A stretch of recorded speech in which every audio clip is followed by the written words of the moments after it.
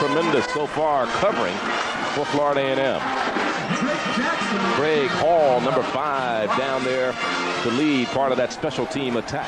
Drake Jackson was the man on the return.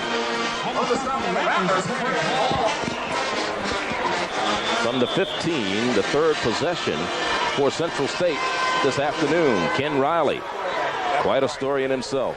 The only one of 2 players who played with the Cincinnati Bengals who has his number retired. 15 years, 65 career interceptions. Meanwhile, it's 1st and 10, Marauders of Central State. Henderson Mosley keeps it. Remember, he's second leading rusher on the team. Gets outside, gets the first down across the 25 to about the 27-yard line. Goes Henderson Mosley, freshman, out of Woodson High in Washington, D.C. Matt Fair making the stop defensively for the Rattlers of Florida A&M. Watch it. Get a chance to watch why it happened again. Bennett, number 18, misses the play, the tackle here on the option. Mosley, as Charlie mentioned, second leading rusher on the team. Scampers for first down yardage. 1st and 10. Jackson and Antoine Harris lined up in an I. Jackson, the up man. It goes to Harris, the second back through. Not much doing. First man that tripped him up, Lamar Glover, along with Sean Brantley, number 95 and 96. Another man they're going to be glad to have back in their lineup, that is Florida A&M, is Irvin Clark, who had missed quite a few games with a broken hand. He has his hand in a splint today. So he'll play some. Number 76.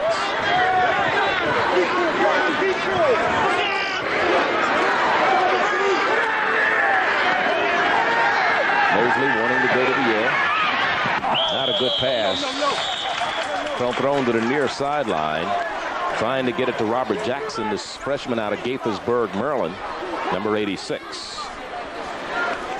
3rd down. Ken Johnson defensively covering for the Rattlers. 10:22 remaining here in the first quarter. 3-0 is our score. It is 3rd down. 10. Central State. Their first 2 drives ended in a fumble. This is their 3rd offensive possession. James Hicks comes to the near side. Robert Jackson's in a slot to the near side. Jerry Jones to the top of your screen. Draw play. Drake Jackson smacked down. And maybe another fumble, the way they're running around after the ball there. Very close to it. Keith Austin really put the hit on it. And to bring up a 4th down punting situation. This may be the most exciting play of the game coming up. You've got a great punter in Tony Copeland, who's averaging 41.4 yards per punt with about a 4.9 hang time. And you've got the deep man, Howard Huckabee, who has 4 punts returned for touchdowns this year. Dangerous, got a flag. And not a good punt for the left-footed kicker, and a flag goes down to hold things up. Maybe illegal procedure or offsides against Florida A&M. Let's see. Sam Jones is our referee. Offsides against the Rattlers of Florida A&M. Will not be enough to give them a first down, though, even if they take the 5-yard penalty. They'll still come up about a yard or 2 shy. Still falls down. Back. Let's stand up. 9:42 left, first quarter. Again, I mentioned Tony Copeland back to do the punting, a left-footed punter. And that can create havoc on a punt return man because the spin is opposite what they're used to with right-footed punters. Has an inverted spiral to it. The ball, instead of turning over, will drift back away from you. You have to watch the ball in your hands altogether on a left-footed punter. Almost has a block. He gets off a good one this time. It'll be Huckabee at the 24. Cuts up the middle, and they still loose. Out to the 42-yard line. He got out of there. How? I don't know.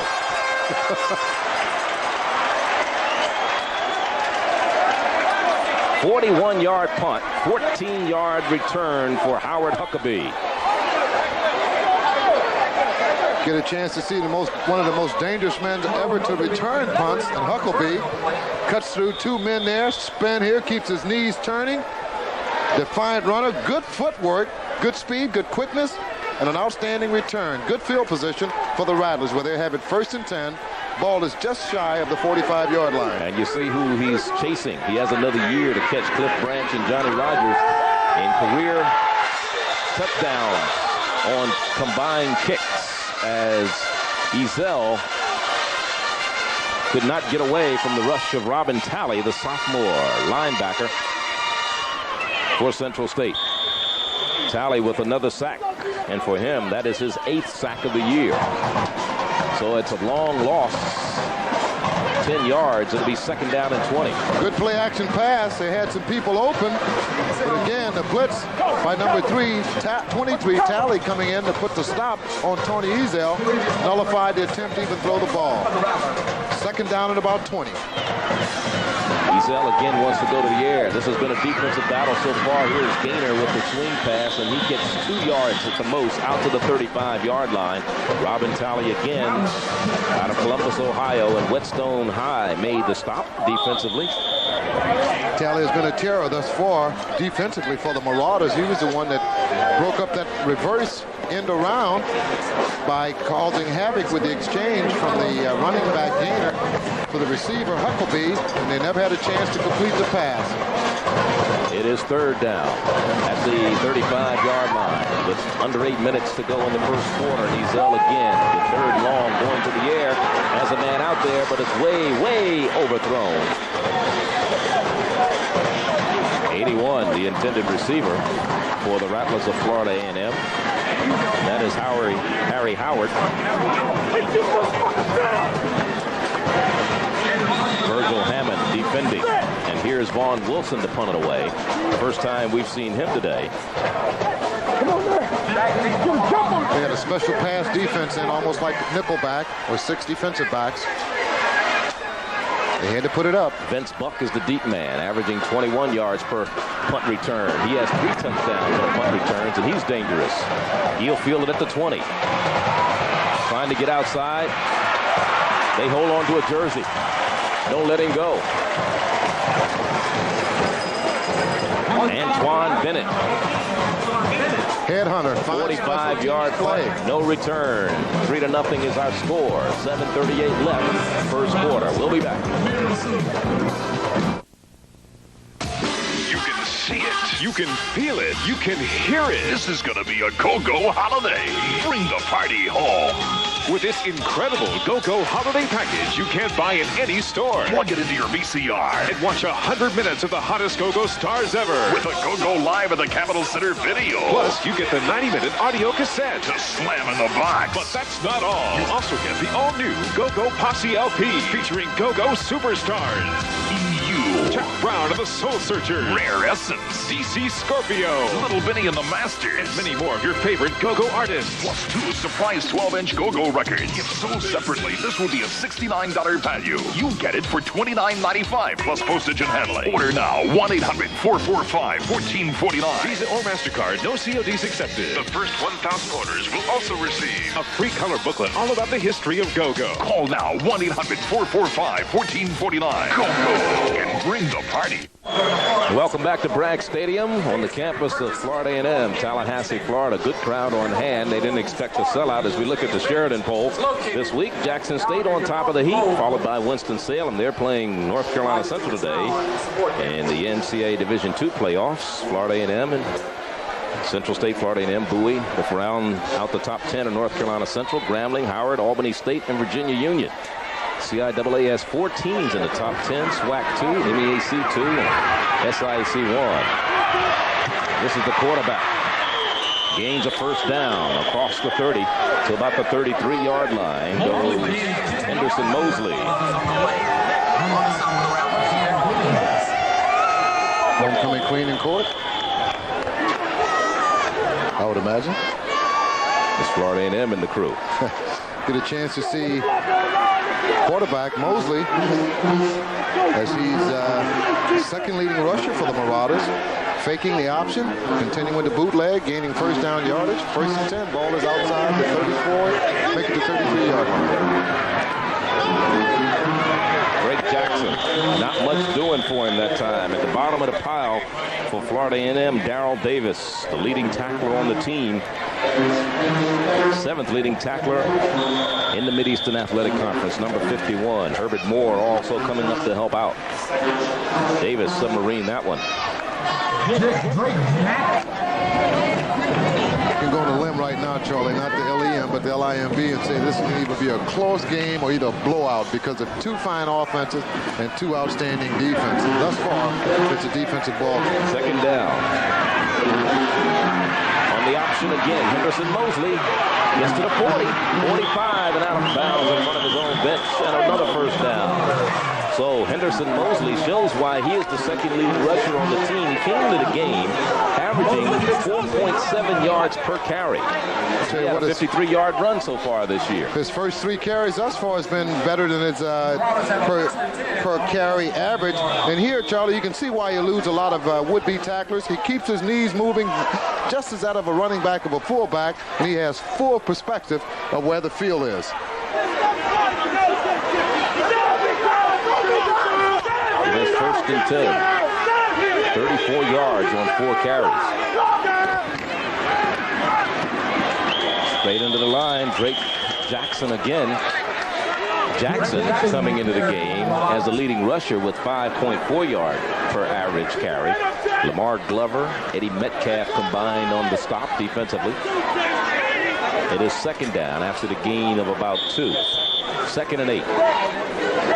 There's the stats on Jackson. 7 touchdowns rushing, none on pass receiving. He's only caught 4 passes this year.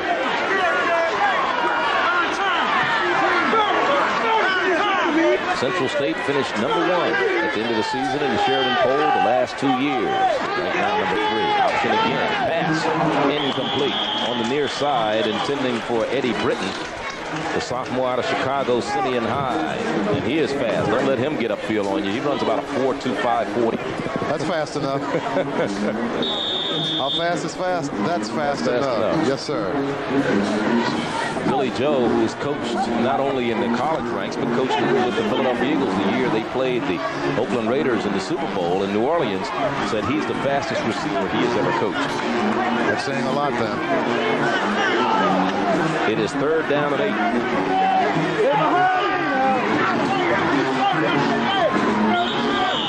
Delay of game. Robert Jackson was going in motion. Too much time. Against the Marauders. Delay offense. Still third down. So instead of third and 8, it'll be third and 13 as the ball is spotted back at the 42-yard line. Their deepest penetration is to their own 43. They've been playing in their own end of the field all afternoon. That's a very interesting stat for Central State. It hasn't held true so far, though. Got heat. And he's down.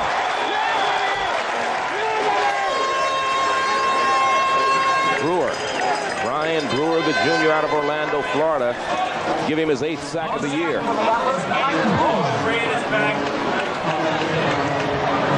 Again, 2 fine offensive ball clubs and 2 outstanding defenses. Here the Rattlers have a blitz on, and there he is breaking through 2 would-be blockers. So said they had him double teamed. Yes, they did. Second time they've jumped off sides on 4th down situations. It's a good thing it's 4th and 25. Otherwise, if it was 4th and 2 or 3, it might be to their detriment. Offside, defense, still 4th down. At least they've been penalties that haven't really hurt the team. They still have to punt it because, as you mentioned, it wasn't short enough yardage to allow them to keep the drive alive by maintaining possession of the ball. Huckabee, 14-yard return the last time. Here's Copeland. Left-footed kicker, just gets it off. It hangs good. Huckabee won't get a chance to return it this time. It rolled dead inside the 20, down to the 17-yard line. So that's where Florida A&M will go to work when we come back. And we have a 3-0 score, 4:49 remaining. A 53-yard punt by Tony Copeland. Stay with us. Points in the first quarter while giving up only 13 points in the first quarter.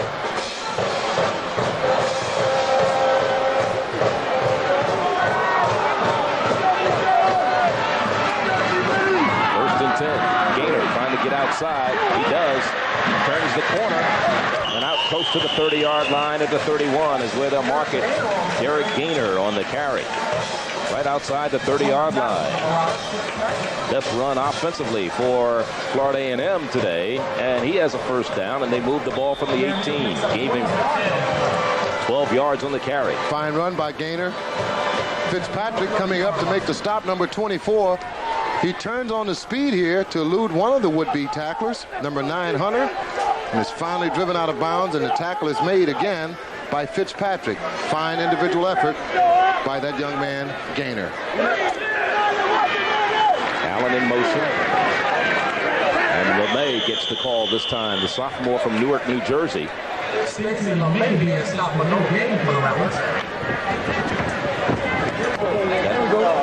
Not even back to the line of scrimmage, lost about a half a yard.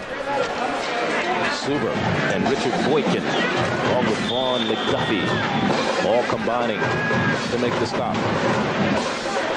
You know, we talked about all these stats and what you've done in the first quarter and who you outscored. I'll tell you, when you get two great teams playing against each other, forget all of that, right? You can throw them out of the window.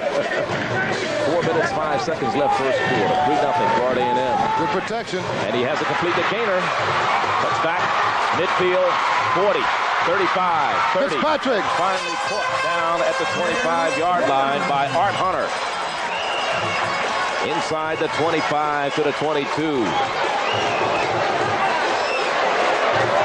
Tony Ezel to Derek Gaynor.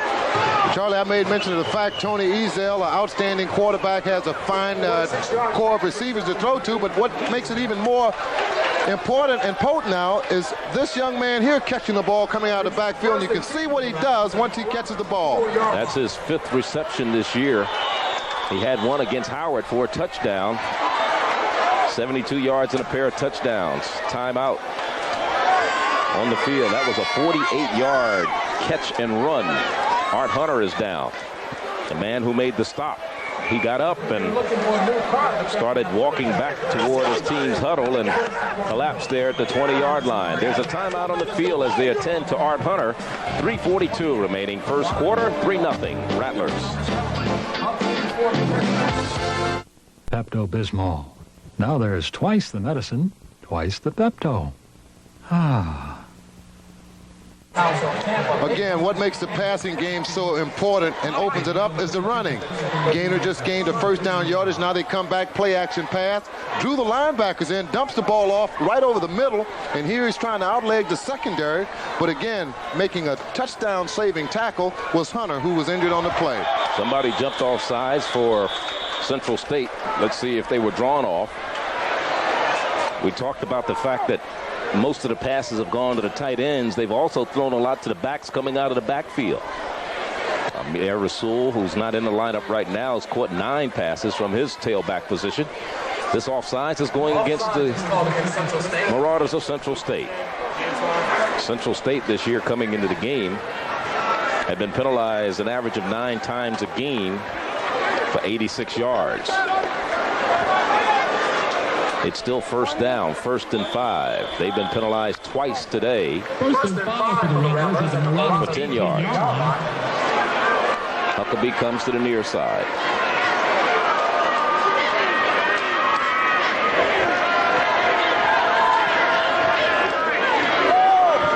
It's Stacy LeMay, first down. And Stacy LeMay takes it down to the 12-yard line. And it's a first down and 10 for the Rattlers of Florida A&M, who are knocking on the door. Best sustained drive for either offenses. First threatening by way of score. They had the ball here at the 20-yard line of Marauders 2 separate times on 2 turnovers by way of fumble, but they failed to convert on the first field goal attempt and converted on the second. Longest winning streak since 1981. They have won 5 straight games. Since the 10-10 tie of Jackson State in the Circle City Classic. Great catch for Florida A&M by Curtis Green, the tight end, the 5th-year senior out of Baghdad, Florida. 12th reception for him this year. But it's only a 4-yard gain. It'll be 2nd down and 6. But Ezel, who continues to impress and improve out of Mobile, Alabama. Actually, he's from 8 Mile, Alabama. It's a suburb of Mobile. McGill, Tulane High. You got to be proud of this young man. Gainer, not much doing for him that time. On the carry, Art Hunter. Gainer. I believe who's back in there. On 99 on the stop. And that's Richard Boykin. There's Hunter there, number 9. Richard Boykin on that stop there. He's a sophomore, out of redshirt junior out of Chicago, Illinois. Third leading tackler on the team. And we'll talk about that man as the day goes on. Number 99 for Central State, vice president of the Student Government Association. 3.7 grade point average in political science. That's what you call a student athlete. No question. Ezel throws, touchdown. Curtis Green. That's his first touchdown reception this year.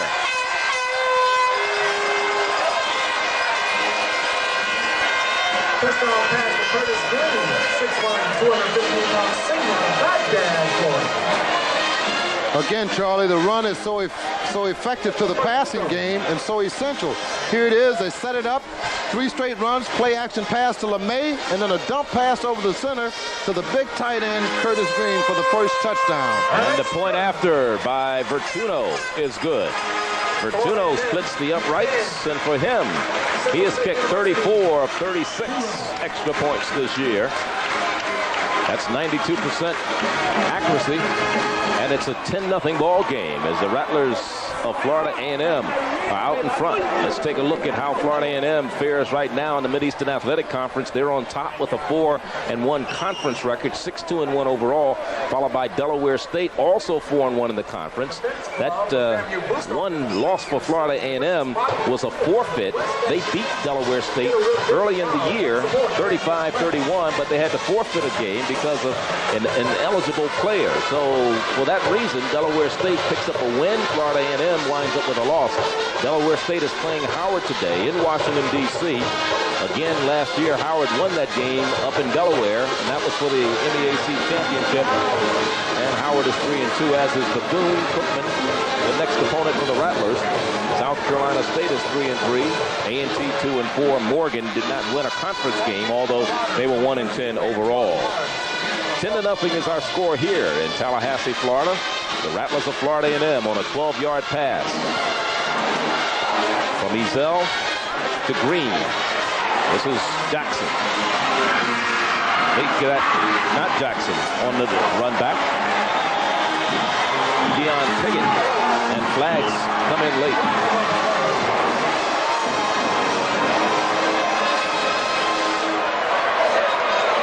.32. Well, another, we'll get it right eventually. It's Antoine Harris on the return, 32. But it was 82. Here it is again. Get a chance to see the hit. There's a face mask in there right there, whipping that neck around. Number 32, as Charlie mentioned later. First down.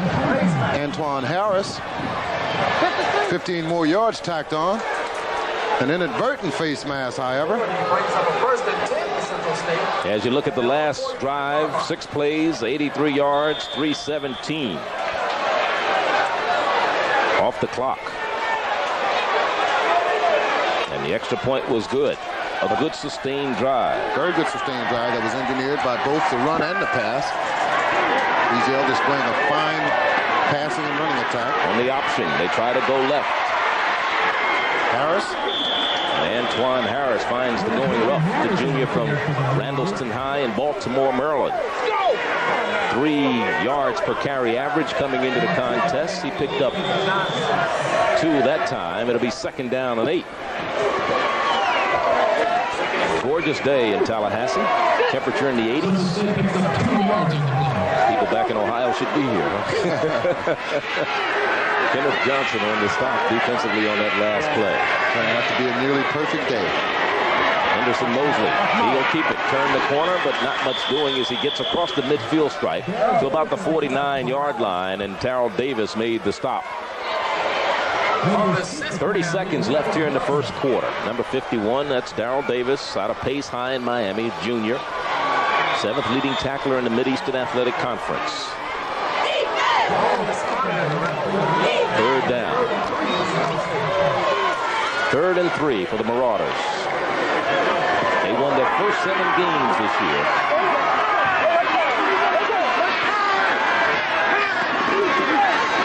Here's Drake Jackson on the pitch, trying to get the first down, and does.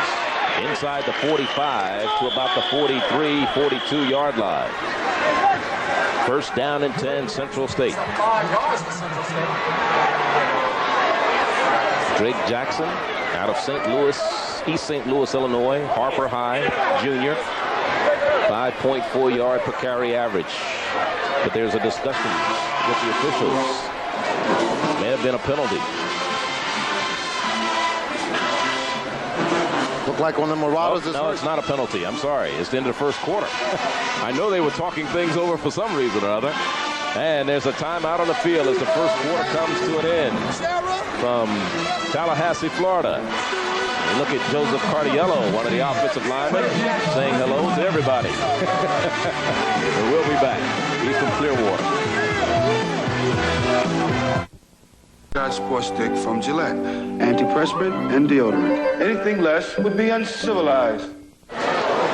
Ken Riley, always so calm on the sideline. He's always thinking ahead. And the advantage is when he's on the offensive end, he's thinking on both sides because he played quarterback and he was a defensive back. So he knows what the defense is thinking. He knows what the offense is thinking. He can't stand headsets. You never see him with them on. He calls all the plays. He knows what his game plan is, and he sticks pretty much to it. Darrell Davis trips up Henderson Mosley on first down, and a loss on the play of about 2 yards. It'll be 2nd down and 12. The ball is spotted back at the 44-yard line. Charlie, that scramble then was improvised. I think it was going to be a pass play, yes. 3rd quarter score. Delaware State leading Howard. Boy, I'll tell you, and that's at Howard in Washington, D.C., 28-7. Delaware's on the road. We're just underway, 2nd quarter here. 10-0 is our score. Florida A&M on the lead. Mosley steps away, throws it into the end zone and out of the end zone, but the pressure applied defensively by number 23, Marcus Boston, who got in there and applied the pressure. Lowell Crawford was covering deep downfield, but watch 23. Top of your screen to the right. Get a chance to see him. Boston coming in, just missing Mosley. Mosley steps up and airs one out. He airmailed it, had the wrong zip code on it. I tell you, he's got an arm, though. Yes, he does. Fine coverage by Crawford. Crawford. About 60 yards close to. He threw it out of the end zone. He threw it from about the 50-yard line.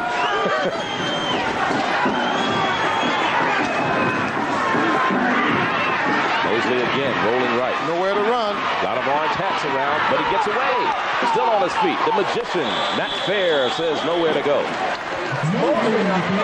He's got quick feet. He's very elusive, Charlie. He certainly is. He knows where he is at all times on the field. He has a great visual perception here as well. Now he just plays the role of Houdini here. There are 2 missed tackles. Come back. Little nifty move there. We get a chance to see it from another angle. Reverse spins out. It's going to be a play pass. Glover there supporting. Breaks back. One missed tackle there. Eludes another. Nifty move there. Finally stopped by Fair. 4th and 5. This is the deepest penetration Central State has had. Left-footed punt. And Huckabee will let it go. It goes into the end zone for the touchback. And it'll be brought out to the 20-yard line. 1st down and 10. And that's where Florida A&M will go to work.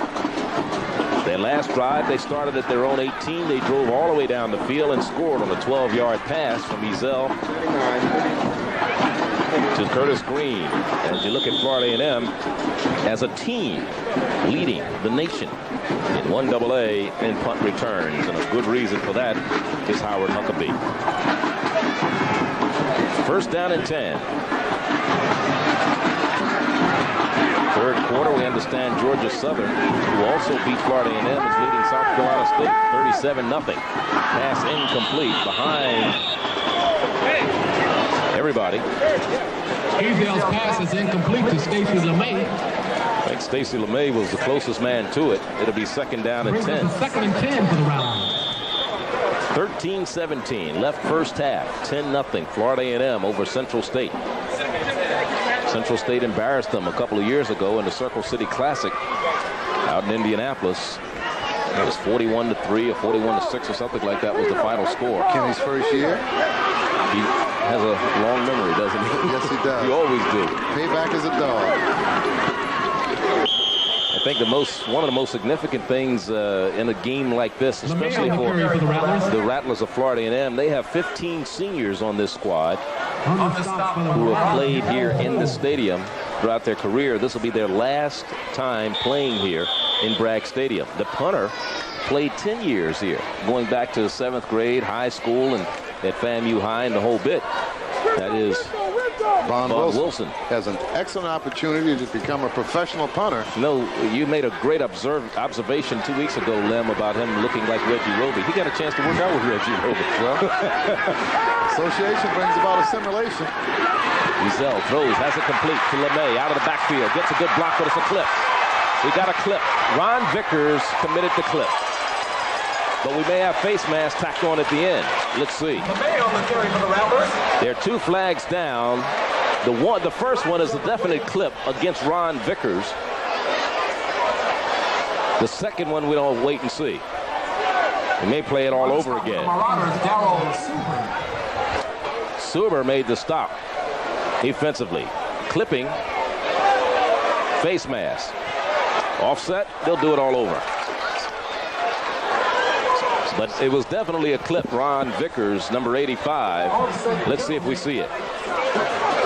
Nice pass. There it is right there. There's the clip. There it is. It's definite clip. Offense, face mask, defense, penalty offset, replay 3rd down. Tough There's situation. the face mask. Suber, 51, grabbed the face mask.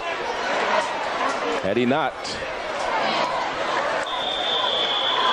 the clipping penalty would have been enforced. So it is 3rd and about 17. Ball at the 23. Screen. Convoy of blockers out front. Another flag goes down, though. I said 3rd and 17. It should have been 3rd and 7. But let's see what this flag is all about. There's your man, Rasul. Amir Rasul coming out of the backfield. Flag on the play. Another clipping. Clipping is called against the Rattlers. That one I didn't see.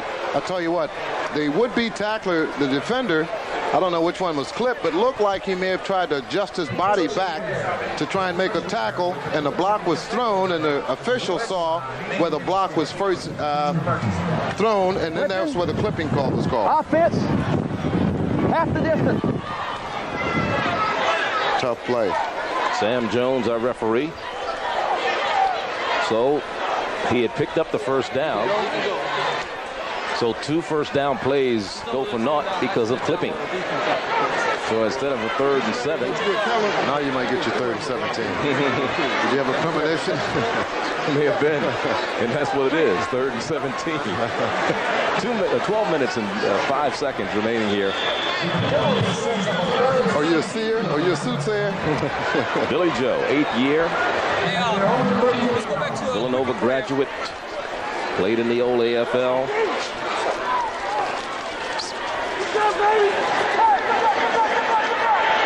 Ezel looking long. Vickers almost intercepted. Closest man to it defensively was Greg Fitzpatrick, number 24.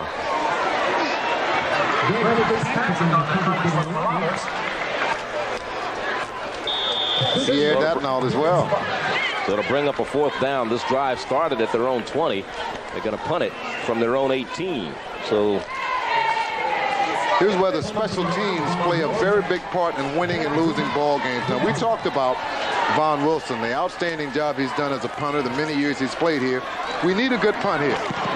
Didn't hit it good. Not that good. This will be a short one. And it takes a Central State bounce. Not a good one at all.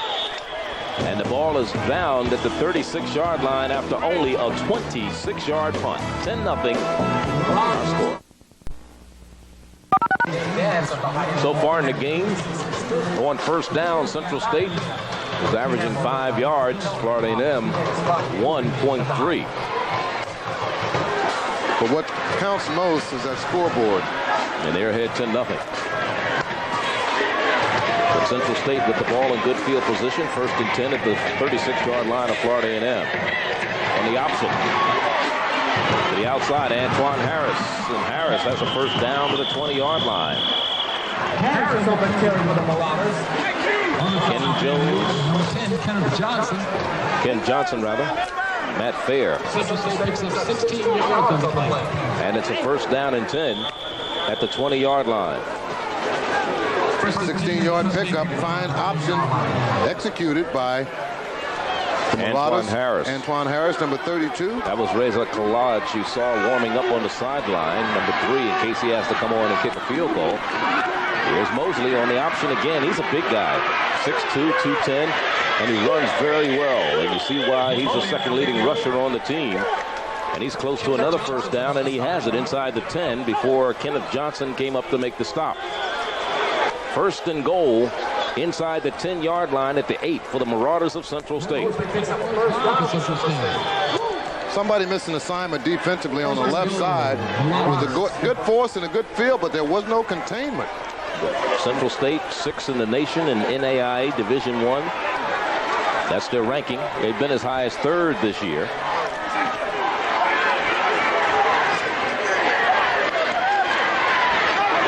Come back on the pitch to this side. Read very well by Lowell Crawford.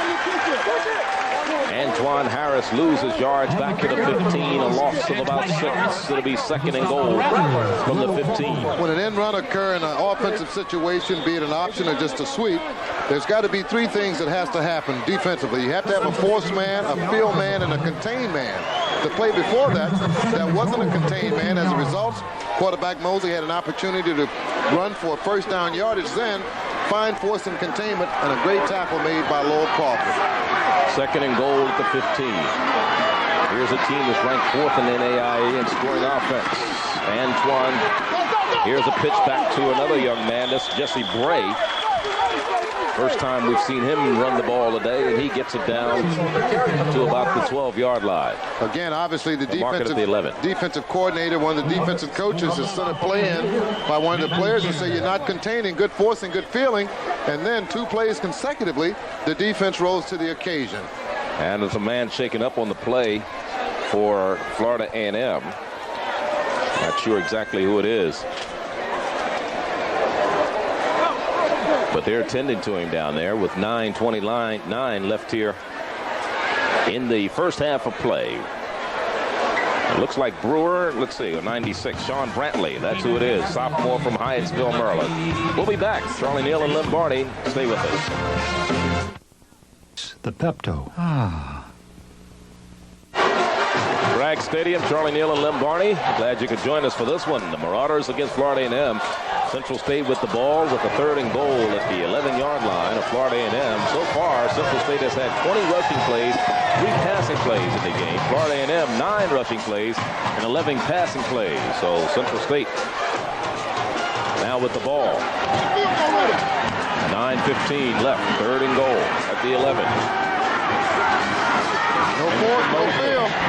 Trying to get outside to the 5, and he's down at the 5. He more or less slid down there as he was met by Kenneth Johnson. And to bring up a 4th down and goal situation, we'll probably see Reza Khalaj come on to attempt the field goal. Let's see what Billy Joe does. Again, watch defensively on the left side, right side offensively. Good force there, no field and no containment. Number 51, Davis, Darrell Davis, is fighting for his life, but again, he had a convoy of blockers out in front of him. That was Mosley, and finally the stop was made by number 10, Kenneth Johnson. 22-yard field goal attempt. He is 2 of 4. That is Khalaj. He had a pulled groin and hadn't been playing much until last week, and he misses this one. He is 2 of 5 in field goals this year. It's off to the right. Reza Khalaj, junior out of Nashville, Tennessee, and he misses it. And the goose egg remains on the scoreboard for the Marauders of Central State.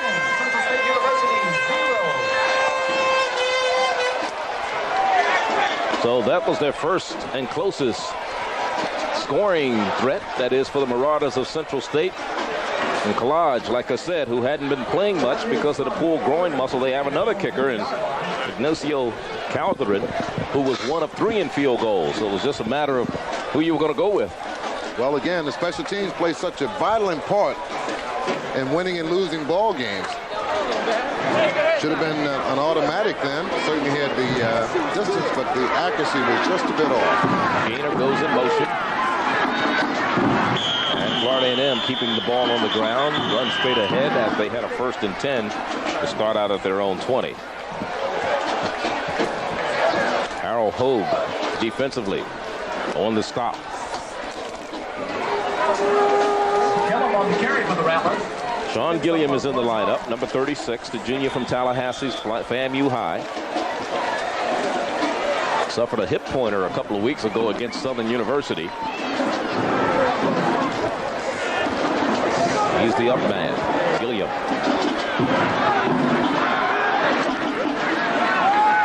Ezel to Gainer. Gainer cuts it back inside, but not much doing as Art Hunter met him first.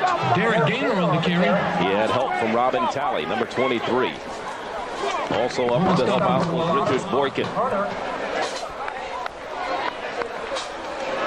Here's Hunter out of Withrow High in Cincinnati, Ohio. Junior. Option being employed by both offensive attacks. Here it is trying to be employed by the Rattlers. Good force, good field, good containment. There he is, number 9. Hunter coming up again with stop from help from Talley. Coming into the season, as you look at his stats, 20 of his 29 touchdowns on the ground. Here's a sack. And a fumble. And a flag. And the ball is still loose in the end zone. We may have a foul against Central State.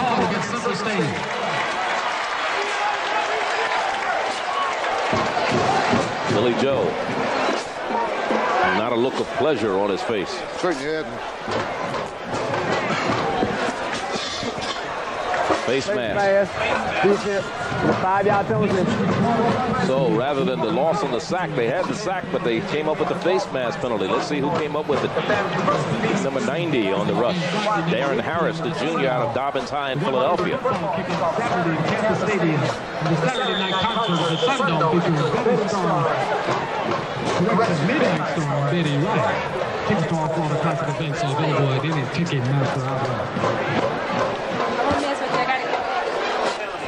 First and 10, 501. It is 1st and 10. And the pitch to Gainer. Trying to get outside. Gainer met. Not much running room as Vince Buck came up to turn it in. Fine defense from the right side On the stop of the Marauders. Buck coming up to make a tenacious hit on the ball carrier. Virtually no yardage gain. In fact, a yard lost. Make it 2nd and 11. 6 minutes and 23 seconds remaining here in the first half of play. 10-0 Florida A&M on the scoreboard. A Fortuno 37-yard field goal and then Ezel 12-yard pass to Curtis Green. Ezel back to pass. Throws incomplete. The intended receiver was Troy Allen.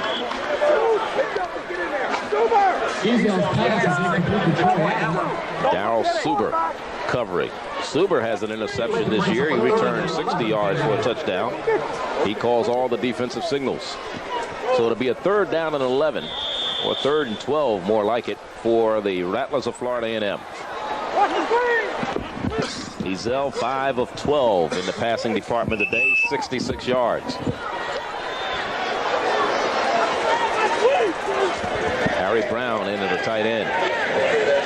Here's a reverse. Huckabee gets a good block from Ezel on the far sideline. A peel back block.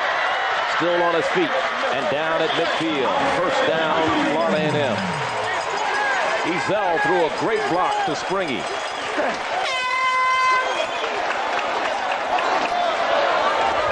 Again, the tight end, Harry Brown, brought the play in. You'll see it being executed. They attempted it early on in the ball game. First quarter didn't work well. Fine block, as you mentioned, Charlie, by the quarterback, Tony Ezel. And this man can really fly. Good peel back block here. Huckabee Good blocking out front. Anthony Jamison, the center.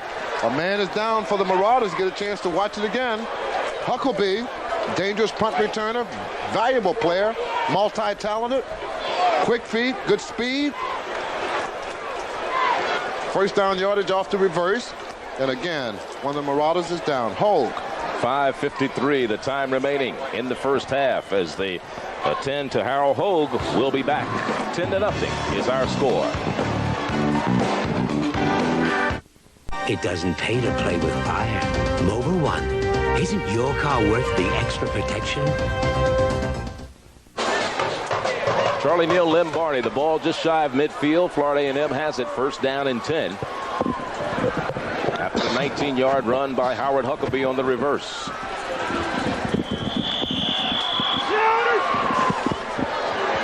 Again, they keep the ball on the ground. Straight ahead. Sean Gilliam on the carry. Darryl Suber on the stop.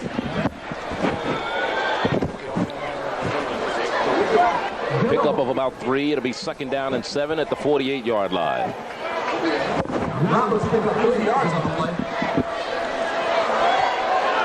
Oscar Harris now in the backfield.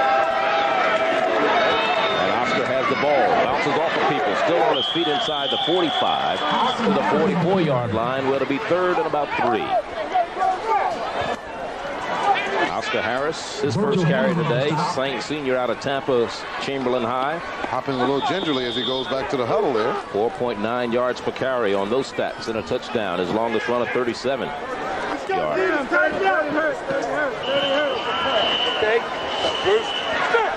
And he's a little slow going off.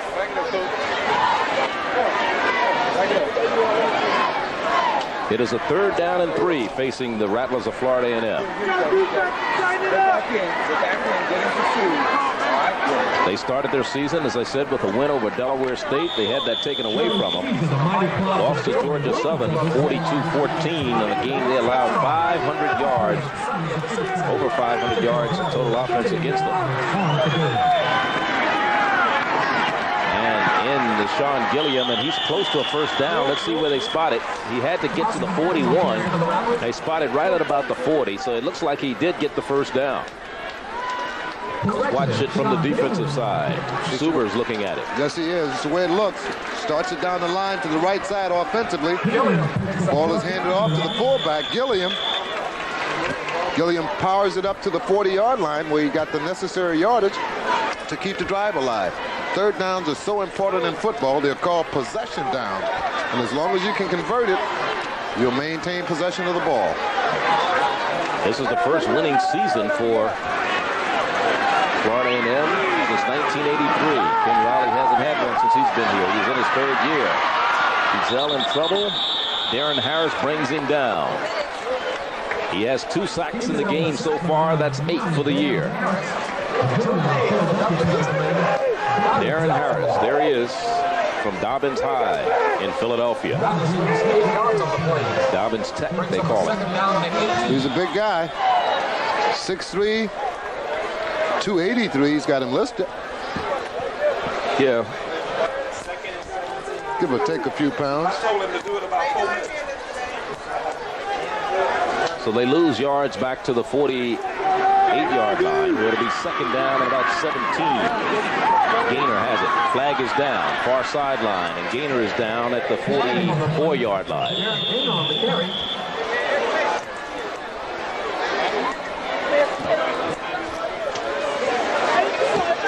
They're going to wave this one off.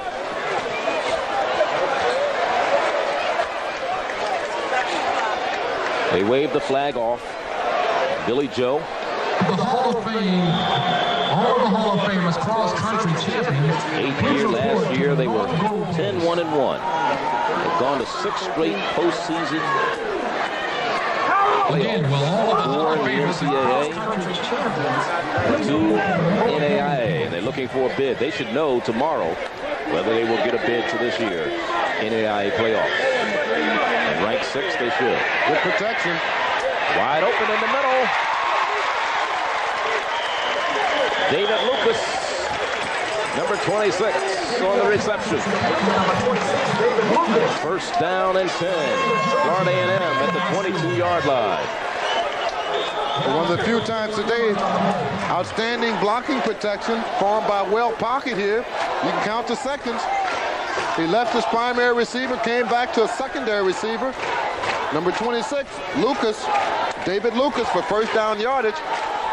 Ball is stopped and marked at the 22-yard line of the Marauders, first and 10. That was only the third reception for Lucas this year. He had 2 for 47, and that one for 21. Gainer had a little trouble getting the handle and tries to cut it back and is down at the 20 after a gain of 2. Let's go to our studios in Alexandria. George Johnson standing by. Thank you, Charlie. It's week 11, and as some teams are winding down their regular seasons, others prepare for their second part of the season, the NCAA Division II playoffs. We'll look at those matchups coming up at half. We'll also introduce you to a quality NFL receiver who's made his mark at one of those playoff schools. Now let's take it back to Charlie and Lynn. Looking forward to seeing that at halftime. 1:45 left before the half at the 20-yard line. Florida A&M. Second down. Ezel back to pass. Throws. Could be score. Lucas. Just off of the outstretched hands of David Lucas. Ezel's pass is incomplete to David Lucas. Boy, it was on the money, too, I tell you, Charlie. David Lucas, the intended receiver, was trying to run a post corner pattern.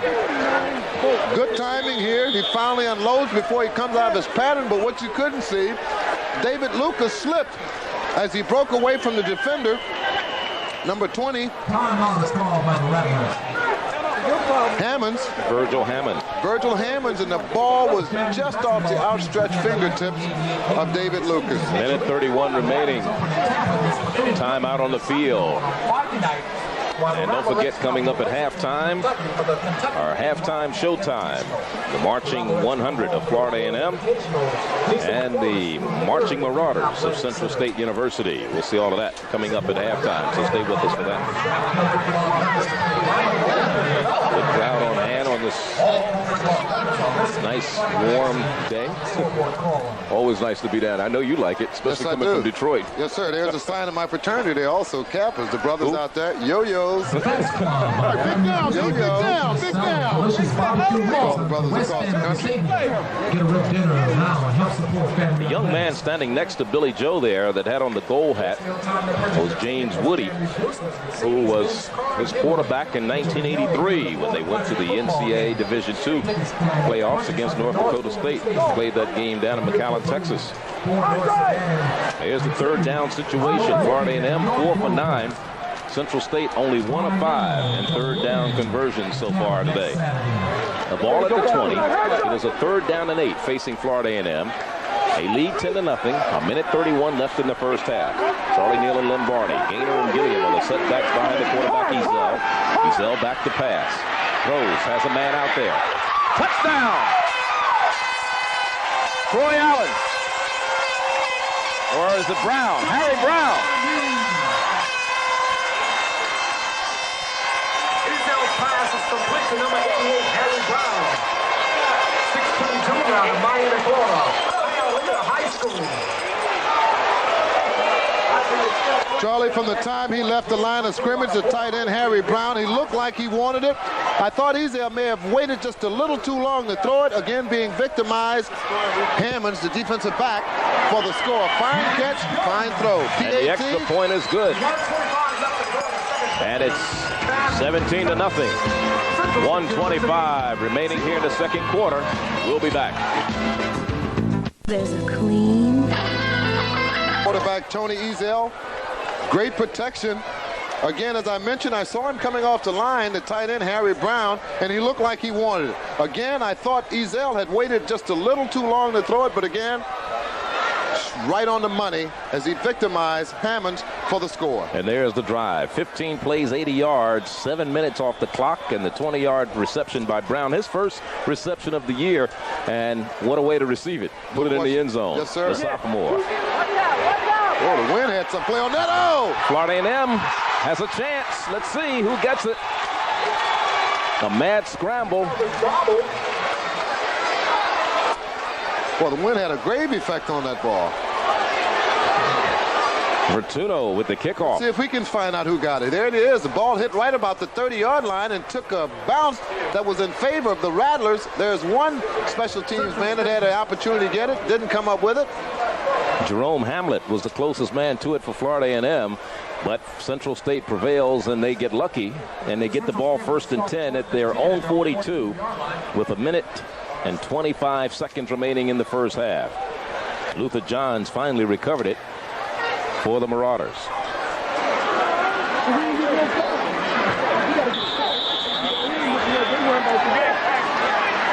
.125.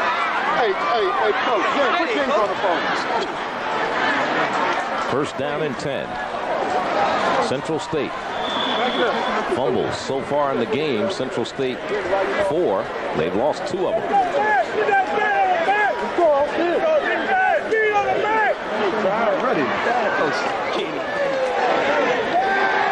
Mosley throws it away. Almost knocked the man off the bench. Closest man to it was Luther Johnson, who's sitting on the sideline. Mosley 0 for 4 in the passing department. Melvin Taylor may be the better passer as far as stats are concerned. They've both thrown the ball coming into the game about an equal amount of times. Taylor 89, Mosley 83. Mosley had only completed 38% of his passes, while Taylor completed 50%. So we may see a different quarterback in the second half. It all depends on what Billy Joe decides at halftime. It is 2nd down and 10. Here's Mosley. He rifles it. And recovered by Florida A&M. And the man coming up with the recovery was Marcus Boston. The reception was made by Eddie Britton. He was hit and he fumbled. Get a chance to see who caused the fumble. Looked like it may have been Matthew Fair, the outstanding free safety for the Rattlers. Fine protection, fine throw. Here's the hit being delivered. Ball was received by Britton. There's the fumble, number Kenneth 10, Johnson on the stop. That's the second time he's caused the ball to pop out. The 5th fumble for the Marauders of Central State. And the Rattlers have the ball in outstanding field position at the 41-yard line of their own side. 1st and 10. 3rd turnover for Central State. 1 minute and 6 remaining in the half. Ezell throws it long. Has a man over there to try to intercept it, and it is intercepted. This is Vince Buck. And for Vince Buck, that is his 8th interception of the year. He's returned 1 for a touchdown. So that's the first turnover for Florida A&M.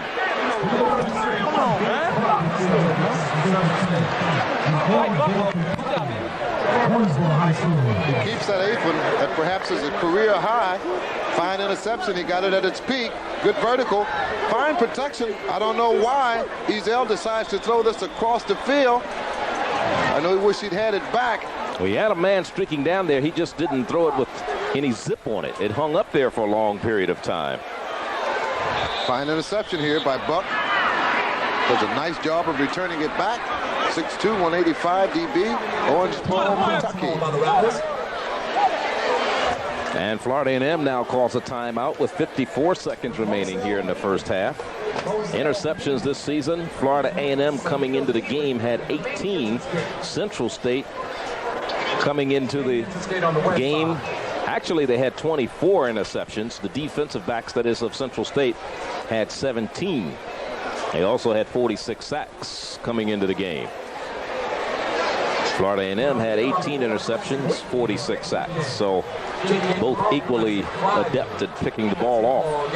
Billy Joe talking things over with his quarterback, the freshman, team's second leading rusher. But the pass is what they're going to have to come through with now as they trail 17-0. Central State went 26 straight games without a loss. That's in the regular season, prior to that loss a couple of weeks ago to Northern Michigan. And that score was 23-7. They shut out Arkansas Pine Bluff week before last, 13-0. Or last week, rather. Florida A&M was off last week.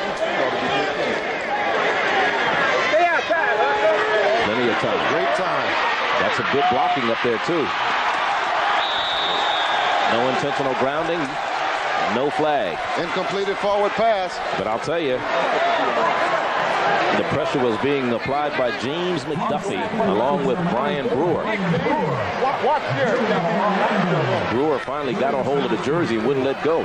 Tried to rip it off of him. Certainly wouldn't. Get a chance to see the play again. Again, he had ample time, but credit this with sensational coverage by the secondary.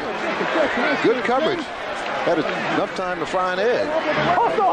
It is second down, 45 seconds remaining. The clock stopped on the incomplete pass. He did have a man in the vicinity, and that was James Hicks. Again, Bruins coming after him. He steps out of there some kind of way and has a man wide open on the far sideline. And down the sideline goes Jesse Bray for first down. Now did he get out of bounds to stop the clock? It's down to 35 seconds. They'll have to stop it to move the chains. Let's watch it. I'll tell you what, the defensive lineman's right. It makes him look like a Houdini, but obviously here's a missed tackle. Linemen may be closing their eyes, but it's a good job, a fine job by Mosley, eluding the would-be tacklers, getting the ball out to the flats to number 42, Bray, for the first down yardage. And apparently he did get out of bounds because the clock is stopped with 35 seconds to go. Ball at the 35. Mosley with plenty of time. Steps up now. Throws. Incomplete. That stops the clock. The closest man to it was Jerry Jones. Took 8 seconds more off the clock. It's down to 27. Don't forget, halftime, Toyota Sports Line with George Johnson from our studios in Alexandria, Virginia. Stay with us for that. We'll let you know what's happening around the nation, all the scores and games being played today. Of course, there's the Delaware State Howard game in Washington. Jackson's playing Alcorn. South Carolina State and Georgia Southern. And then the NCAA Division II playoffs as Winston-Salem and North Carolina Central. Bowie is all the way out in Oregon, in Portland, Oregon. What a battle that'll be down in Lorimer, Mississippi. Jackson State and Alcorn. Oh, yes. Boy, this guy makes it look easy. Still on his feet. Boom! And he struggles for a first down inside the 25. Lowell Crawford made the stop. But there's a flag down. Maybe holding. It's all the way back. Maybe it's against Florida A&M. The flag is all the way back at the 43-yard line. Face mask. And it's a first down. That was the conclusion of the play. Stop made again by Lowell Crawford, right defensive back. There's a time remaining here in the second period. Well, timeout with 17 seconds left. Central State trying to get on the scoreboard. This may be the first time this year that they've been shut out in the first half. We know it's the first time they've been shut out in the first quarter because coming into the game, they had been outscoring their opponents 122-13 in the first quarter. Well, just credit this to great defense by the Rattlers. The Rattlers done an outstanding job defensively with their game plan to stymie the offense of that of Central State, who, as you mentioned, was high-powered in scoring in the first quarter, but as yet been able to mount any type of drive that has resulted into a score. Billy Joe came into the game overall as a college coach. Coached at Cheney State also as a head coach, 112, 45, and 2. Equals out to 71%. At Central State, he is 69, 20, and 2. I want to remind you that Donnie Simpson's back just in time for Thanksgiving. On Tuesday, Donnie welcomes singer-producer Robert Brookins. And on Thursday, Jimmy Jam, Terry Lewis, Sherelle, and Alexander O'Neill celebrate the holiday. Video Soul Style with Donnie Simpson coming this week, 9 p.m. Eastern, right here on BET. Boy, see how he took off there? Looked like Star Wars, didn't it? 17 seconds remaining. First and 10. Central State trailing 17-0. Quarterback trying to get out of bounds and stop the clock. He gets back to the line of scrimmage, maybe a half a yard before Lowell Crawford made the stop. 13 seconds left now. You know why that play? No. Why run it? I have no idea. I'd have tried to advance it toward the end zone at least. Go down shooting, huh? Giving yourself an opportunity.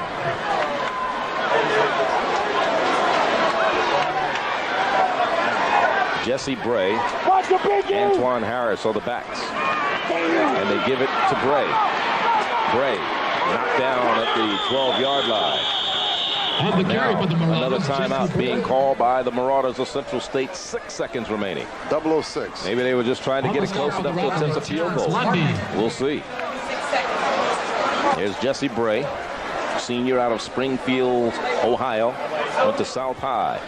Halftime showtime coming up. We'll see both bands. The Marauders, Marching Marauders, made the trip all the way up from Wilberforce, Ohio, along with the Florida A&M famed marching band. Marching 100. I'll tell you, some new coaches have come into the Florida A&M program. They've done a good job. Conway Heyman with the offensive line. The offensive coordinator who calls most of the plays from upstairs, or at least looks at them. I think Ken Riley has his mind set what he's going to call. Still got the final decision. Okay, one left. Let's go, Mo. Move back, guys. They figure that they have time for one more play should they not be able to prevail on this one. They have the ball at the 12-yard line where it is 2nd down and 9, but that's academic. They only have 6 seconds remaining. 3rd down and 4. You can conceivably run 11 yards in 6 seconds, but I would venture to say they're going to put it in the air. They do. Little fade, end zone, touchdown. Touchdown, Central State. Robert Jackson, the freshman out of Gaithersburg, Maryland, with his 17th reception of the year, his 4th touchdown.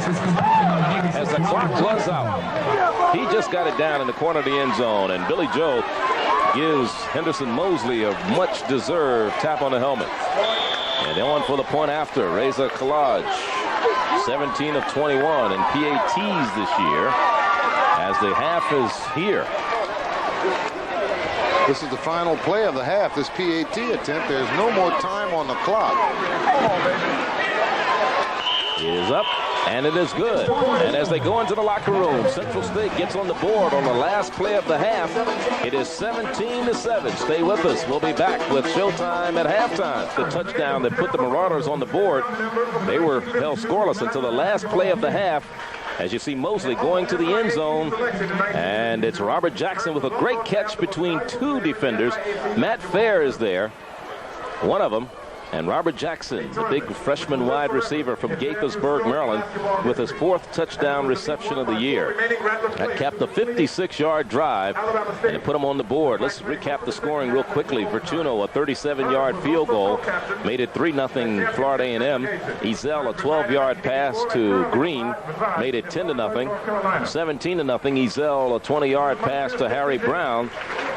And then, of course, that pass just before the half made it 17-7. Right now, what's going on the field is they've had Hall of Fame ceremonies all weekend long here at Florida A&M, and they're introducing some of the fine Hall of Fame people and people who have contributed over the years to the Florida A&M program. Of course, the Central State Band is standing by to perform for you. It was a game so far in the first half that kind of defied all of the statistics that we had talked about coming into the contest. And one of the reasons is we didn't see the high-powered scoring attack that we're used to seeing the Marauders of Central State employ, because they came into the game scoring most of their points in the first half. They were averaging 24.6 points per half. But it did not happen. He went on to win appointment as principal of Hastings High School, where he remained for 6 years. From the Hastings appointment, Mason went on to a position of supervisor of elementary schools. And we're going to take a timeout. We'll come back with the bands in just a moment. honor goes to kicker Dino Bellegrinis of Winston-Salem State University. The 5'7" sophomore kicked 2 second-half 27-yard field goals against Virginia State in the CIAA championship game as the Rams rallied for a 13-9 victory and a berth in the NCAA Division II playoffs. Bellegrinis finished the season with a field goal accuracy of 77%, which earned him first-team all-conference honors. And for his efforts last week, Dino Bellegrinis of Winston-Salem State University is our mobile player of the week. And Dino Bellegrinis and his teammates playing in Durham, North Carolina today in the NCAA Division II playoffs, the first round. 17-7 is our score here. Before coming to FAMU, where he played halftime in the late 1950s before having his educational career interrupted by a 2-year stint in the U.S. Army. And of course, in the Army, at the end of each game, we present our Anheuser-Busch Most Valuable Players, and we're glad that Anheuser-Busch has been with us over the years. And Henry Brown, Vice President of Anheuser-Busch, has a word. Hello, I'm Henry H. Brown, Vice President, Anheuser-Busch Incorporated. On behalf of the entire Budweiser family, we once again bring greetings and congratulations to all of the supporters and participants on today's BET Game of the Week. Anheuser-Busch, BET, and our black colleges and universities have maintained a tradition of quality and of being the best. And as befits that tradition, we are proud to join in partnership in recognizing the MVP football player on each team in today's exciting game. For that honor, a scholarship contribution and an appropriate award will be presented in each player's name. Budweiser will continue to sponsor and bring this exciting game action into your home each week of the season. Because for all you do, this Bud's for you. Thank you very much, and please enjoy the game. Quarterback for FAMC. And we are enjoying it here in Tallahassee, Florida. Good crowd on hand for this home season finale here at Bragg Stadium. Of course, a week from now, they will be playing in the Florida Classic down in Tampa. And they'll be playing Bethune-Cookman University. That is the Rattlers of Florida A&M. Of course, Central State waiting for a bid. Hopefully that will come tomorrow, which will thrust them for the third straight year into the NAIA postseason playoffs, and for the 7th straight year into a postseason berth. Of course, they had 4 previous ones going in the NCAA. Hall of Fame ceremonies going on at halftime here. People that have been inducted into the Florida A&M Hall of Fame. Now it's showtime. Halftime showtime as the Central State University Marching Marauders, 122 strong, take the field under the direction of James B. Oliver. The general majors are Gary Steffens, Avery Hammond, and Spencer Bryant. Flag girls Tina Rogers, who's the captain, along with Deanna Allen, Simeon Trabue, Nikki Glover, and Adrian Brandon. The twirlers Darryl Stovall, Crystal Dismuke, and Tiffany Hill. The dancers are called the Central State University Dancing Bells under the captain, Jackie Wilcox. The theme of today's show, Together We Stand, Divided We Fall. The Central State University Marching Marauders.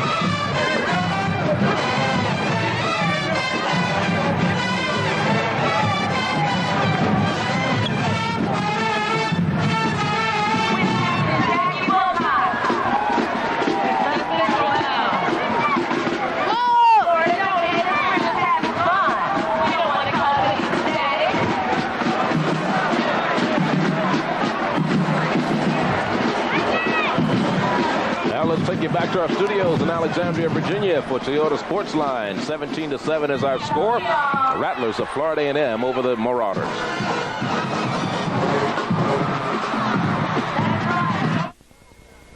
Now the final chapter. There's quality, then there's Toyota quality. Who could ask for anything more?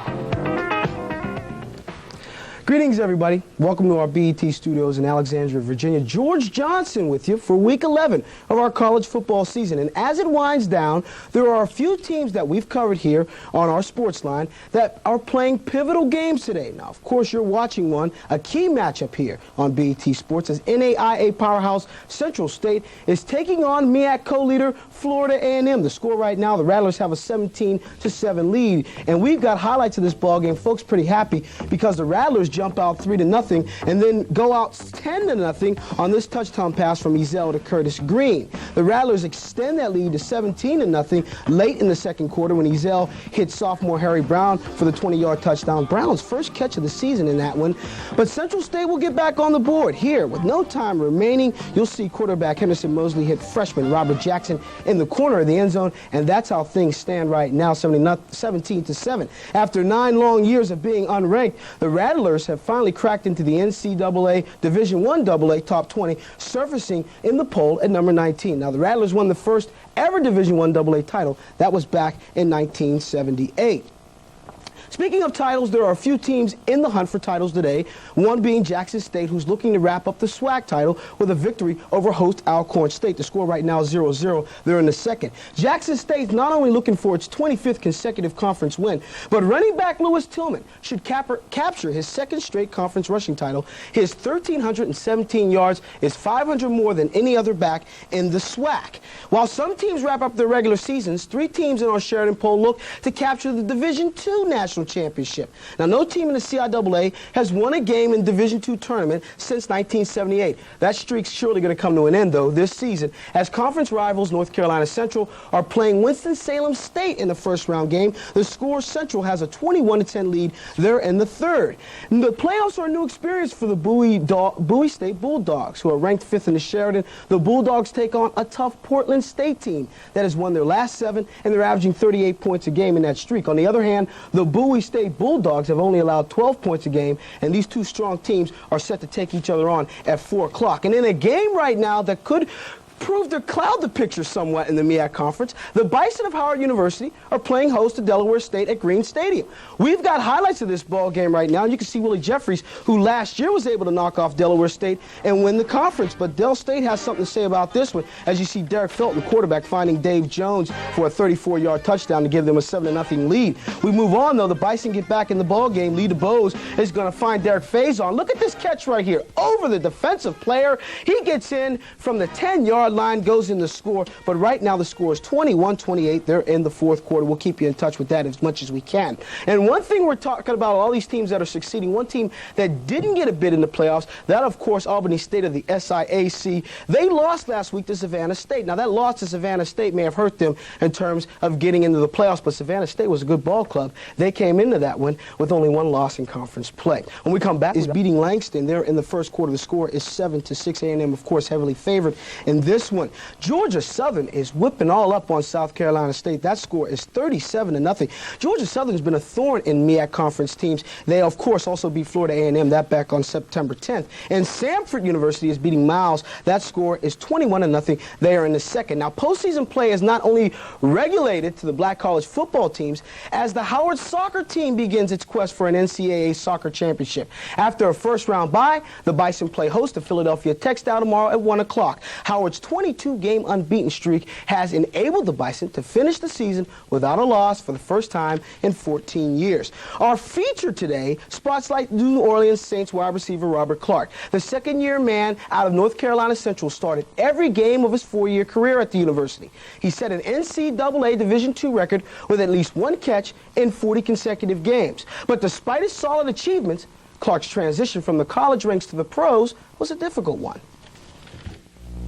Well, it's a big change because, you run up against athletes that, you never played against, and a lot of them are very good athletes, and, I mean, you just have to get out there and do the things that the coaches teach you and do your best. There are some good athletes in smaller schools.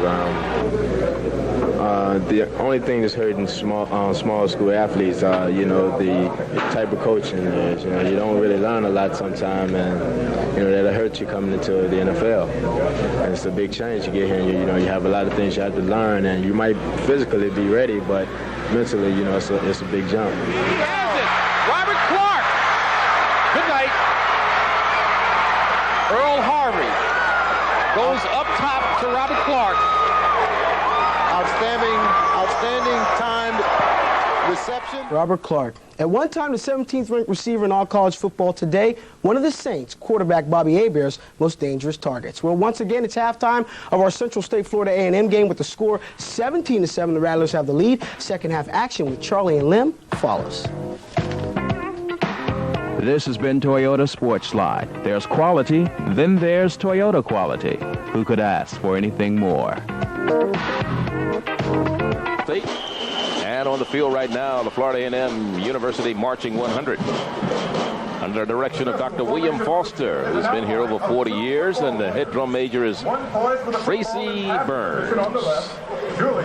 He just did a tribute to BET. We really appreciate that. Dr. White and his staff put together the music, and always nice to be here in Tallahassee.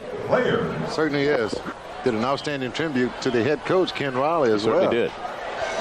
Both teams are back out. I'm sure we're going to see a penalty to start the second half against Florida A&M. The Hall of Fame ceremony took a little bit too long. Certainly did, but it was a great tribute to some past great Gators as well.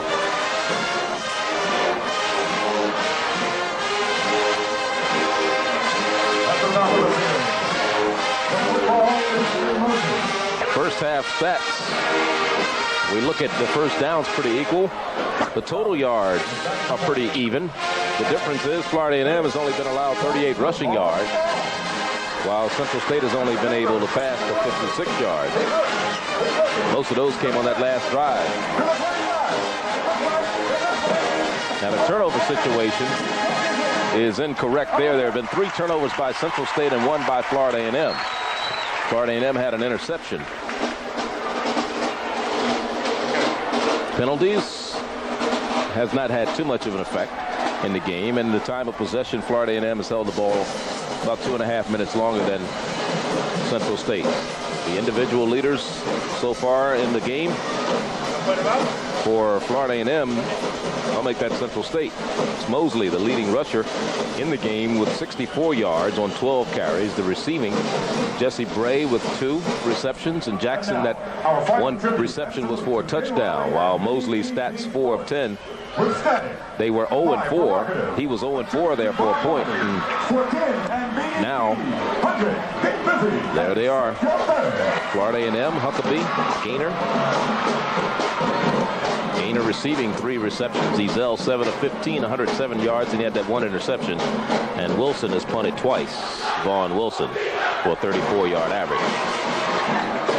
Again, there's the average rush so far in the game. Central State 4.3, Florida A&M 1.9. So Central State has kind of lived up to their defensive billing in that respect. Passing, 14 yards per pass. Florida A&M 15.3 yards per pass every time they've thrown the ball. Well, our halftime stats and Sports Line has been brought to you by Toyota Quality. We could ask for anything more. Toyota. Florida A&M marching band still on the field. Let's listen.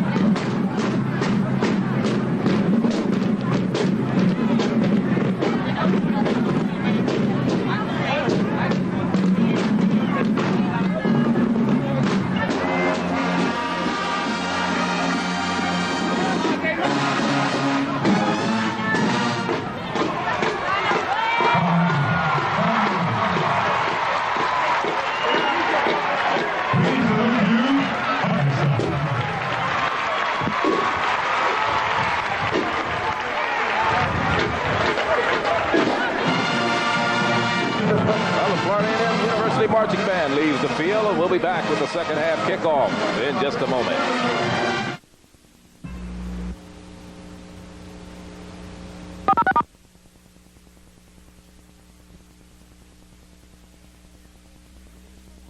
Motion with quality and style. Only at I love it. Charlie's Angel. Well, I wouldn't have a problem. 17-7 is our halftime score. Charlie Neal and Lem Barney here. That sounds like something our director did. No question about that, Marion. Yes. Yeah. I can't say that on the air. Billy Joe. Strategy at halftime, Lem? Well, Billy Joel is going to have to come out and try and do what he's done so far in the early part of the season. Putting points on the board has been his offensive main thrust, but again, let's move up, man. He's met a tenacious defense in the Rattlers of Florida A&M, but he's going to have to try and figure out some key to penetrate the defense. And as you look at the first half statistics, they did a pretty good job running the ball. The passing basically came along on that last drive, the one that took them into the end zone just before they went into the locker room at halftime. Well, the running came off the outstanding abilities to scramble by their quarterback, Mosley. 12 carries, 64 yards. Again, as you mentioned, the passing did come late in the ball game. Okay, Ignacio Calderon has the ball on the tee to kick it off in this second half kickoff. Brought to you by Sure. Be just as sure about odor as you are about wetness. Lucas and Huckabee are the deep men. It'll be Lucas 2 yards deep into the end zone, bringing it out. Has a wall, far side, still on his feet. Kicker missed him. And Lucas out to the 41-yard line. David Lucas on the return. And Lucas does a good job bringing it out of there. It's ironic that Lucas was averaging 24 yards per kickoff return as we watch him now. Charlie, watch this block that enabled him to be sprung. Number 61 just KO'd a person. 61 is Hamilton Simmons, one of the offensive guards. He just KO'd a would-be tackler. Fine run, fine field position. Ball's at the 40-yard line, 1st and 10. And here's Gaynor trying to come right. And Gaynor gains 2 yards. 2 hard yards. At the bottom of the pile is Art Hunter, Jr. out of Withrow High in Cincinnati. Gaynor, senior from Plant City, Florida, 3rd leading rusher in the Mid-Eastern Athletic Conference. He's scored 10 touchdowns in his last 5 games. 2nd leading scorer in the conference. 14:25 remaining as the second half is just underway here. 17-7 is our score. Florida A&M leading. Here's Ezell to throw it. Trying to look for Vickers. Vickers had ran like a post and saw he was double covered, turned it up, and he had to look him off, and the secondary receiver was Gaynor, and he was covered, so he just basically threw it away. Smart play. If it doesn't fit, don't force it. The one he tried to force was intercepted. Good throwaway by the quarterback, Tony Ezell. He tried to force one early going there in the second quarter and had it intercepted by Buck. So to bring up a 3rd down and 7, the ball spotted just inside the 43-yard line. Gaynor is the man in motion. Play action again. Ezell steps up. Oh, he is really hit, and a flag goes down in the vicinity of holding. Art Hunter again with the hit on Ezell. And it's against Florida A&M. Maybe declined to bring up a 4th down situation and bring on the punting unit. Yes, Hunter trying to fire up the special teams now. Illegal use of hand on the offense. Decline. Both down. Blocking protection broke down. Ezell had to scramble coming up from his safety position. Hunter KO'd the quarterback Ezell. It does bring up a 4th down as they decline the illegal use of hand penalty. And here's Vaughn Wilson back to punt, standing at about his own 26-yard line. Vince Buck, the deep man. High snap, he pulls it down off the side of his foot. Bounces at the 30 and inside the 25-yard line. So a 35-yard punt for Vaughn Wilson, not one of his better days. And it'll be 1st and 10, Central State. They'll have the ball at their own 29. First possession for them of the second half. Trailing 17-7. Henderson Mosley still in at quarterback. He started the game, freshman out of Woodson High in Washington, D.C. And on the option, Antoine Harris. And Harris is out to the 35-yard line. Gain of about 6. It'll be 2nd down and 4.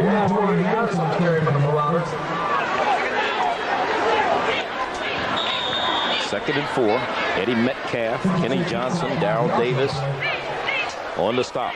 Central State came into the game averaging 198 yards a game rushing and 139 yards passing. They run the ball about 43 times a game. As you look at the stats on Harris in the game so far, they throw the ball about 20 times a game. Here's Mosley on the option, and he always seems to be able to turn that corner, and he gets the first down at the 40-yard line.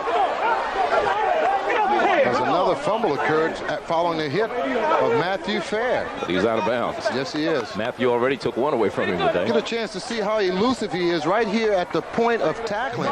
Good force, good feel. A couple of missed tackles. A couple of men knock each other off the tackle. Here's Matthew Fair coming up. That was a fumble. Well, they say it's third down, not a first down. Boy, it's close. Yeah, by inches. I would have asked for a measurement on that. That's why it's called a game of inches. Third and inches, as Lim said. Straight ahead, and then Bray gets the first down, still in the open field, 40, 35, 30, 35, cuts it back at the 10, inside the 5, and Lowell Crawford drops him at the 3. Jesse Bray, the senior out of Springfield, Ohio. He just broke open a third and inches situation for 59 yards. Charlie, watch the carry here. There is a basic handoff, good blocking, basic blocking at the point of attack, and Bray is doing it on his own, breaking tackles, and it's a ball game again, Charlie. They trailed by 10 points at halftime, 17-7.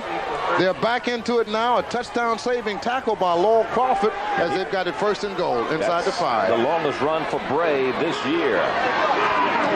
And again, here's the quarterback. Cuts it in. Touchdown, Central State. Touchdown. At the 3-yard line, the quarterback with his 10th rushing touchdown of the year, Henderson Mosley.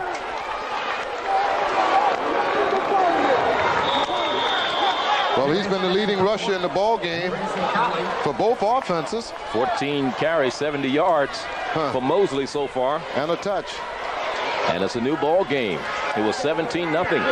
Here's Reza Kalaj in for the point after. They're missing a man on the point after team. They're one short. They said go ahead and kick it with 10 men on the field. He gets it up. And it's good. They were a man short, and they still converted. And it's a 17-14 ball game. Ranked number 1 in the Sheridan poll because if they win, they feel this is the unofficial Black National Championship. Unfortunately, Central State lost to Northern Michigan a couple of weeks ago, and it dropped them to 3rd in the polls. And now Central State starting to show what they're made of. If they've scored the last 2 times they've had the ball. Calderon with the kickoff. Huckabee at the 5. 20. Dancing and down at the 22, 23-yard line. William Derrick on the stop. It only took him 4 plays, 71 yards, and you're talking about striking quickly. 1:31 seconds off the clock and a 3-yard touchdown run by the freshman quarterback Henderson Mosley. Well, again, it was 82 by that 59-yard run by Bray. The defense wasn't as sharp in its techniques, especially tackling. There were quite a few missed tackles on that long run, but again, that's good for the offense of the Marauders of Central State, near within 3 points of tying this ball game up. Yeah, no, that was Callie.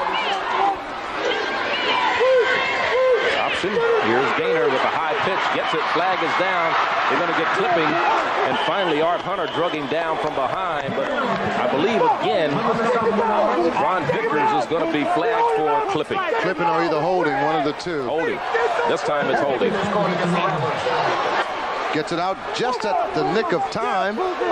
Does Tony Ezel. And there was a holding right there by Ron Vickers, wide receiver. Fine run by Gaynor, nullified by the holding penalty. Offense, 10-yard penalty, still first down. So it's still first down, but instead of a first down across the 30-yard line, it'll be a first down inside the 20 at the 18. First down and about 15. Shot there on the bench of number 66 and 64. 64 is Crowder, Wilson Crowder, and Wendell Banks saying that we're coming back. Well, they're back to within 3 after trailing 17-0. Ezel. And they have it complete over the middle. Flag, face mask. John Gilliam was the receiver. Art Hunter, who's been on a lot of stops today. 5'11", 185-pounder. Tenacious player, combination D-back and linebacker. Get a chance to see it again. It's a pop pass. He had to get rid of it hurriedly. Number 36, the recipient. Defense. 5 yards, Gilliam. Still first down. Still first down, but it'll be first and about 3. The ball is right outside or inside the 30-yard line. They have to get to the 33 for a first down. We're in the third quarter. 11:25 is the time remaining. 17-14 the score. Wasn't a flagrant foul. That's Ezel coming into the game.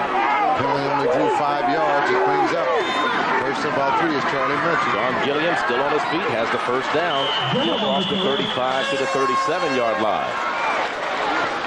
So Gilliam carrying the ball and doing a good job of it. Well, we made mention at the top of the telecast, this could be a 4th of July type of football game. Could end up that way. A lot of fireworks. Well, of course, you have to remember Central State turned the ball over 3 times. In fact, they turned the ball over the first 2 times they had the ball. Although Florida A&M was only able to capitalize once, and that was on a 37-yard field goal. They missed one from 37 yards out. Nothing doing.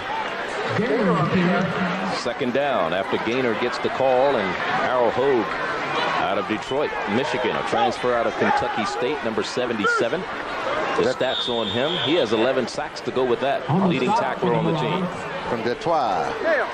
Your hometown. Not hometown, but where you reside. Yes, it's resident. Gulfport is your hometown. Yes, sir. It's Big Harold. Shot of him. Second and 10. Digging in. Ezel to pass. Pass incomplete. Green. Curtis Green and out of bounds in front of his own bench. First down, Florida A&M. Right at the 48-yard line. Vince Buck ran him away. Fine strike here. Quarterback Tony Ezel. Good protection. Flat pattern ran by Curtis Green. Good stick. Might have been too late. Well, it was a good stick anyway. Defensive backs. Sadist. I'm getting a sweat up here.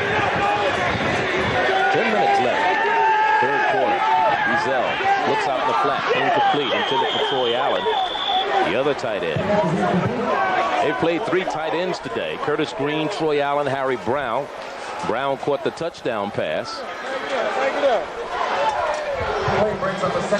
So it's second down and 10. So now Curtis Green has checked back in. So a lot of the plays are being shuttled in and out by the tight ends. FAMU, best bet. No question. Bet on it.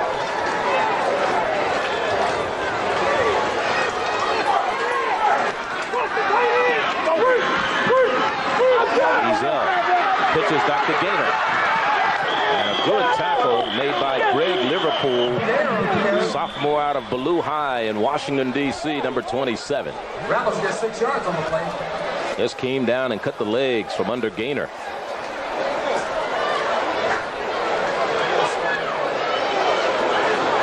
So it'll bring up a third and about 4.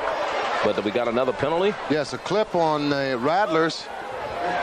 Don't know where it happened, but there Gaynor tried to outrun the defense, and Liverpool's only opportunity to bring him down was to lunge at him and cut his feet from under him for the tackle. But again, penalty will be assessed against the Rattlers of Florida A&M for offense. That's a 15-yard penalty.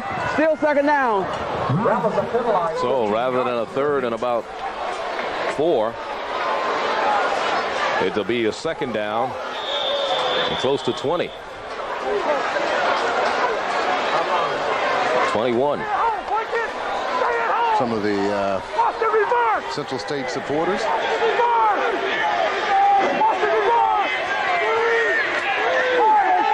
Ezel. Screen. And it's Gaynor. But nobody to block for him on the far sideline. And the stop made very, very well. Coming up, Calvin Nixon, number 37. Calvin Nixon with the stop. He read it and didn't let the blockers form. Screen didn't fool anyone. Be right side defensively as you look at it. Left side offensively. Convoy of blockers. Picked pretty good blocking there. But again, Calvin Nixon coming up with the stop on the screen attempt. Bring up a third down.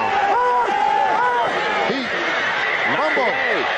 And Ezell picks it up, but he's down inside the 15 to the 13-yard line. They just knocked the ball out of his hands as he was looking to pass, but there's a penalty flag down again. Perhaps holding.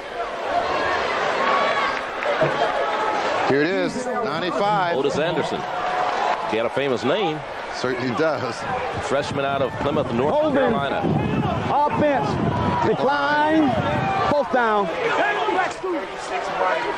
So Oscar Harris, Otis Anderson rather, was the man who created havoc. And this drive, believe it or not, started at their own 23. And they're punting from their own 13. So they lost 10 yards on the drive after all of that. NAIA Division I. Ron Wilson needs a good one here.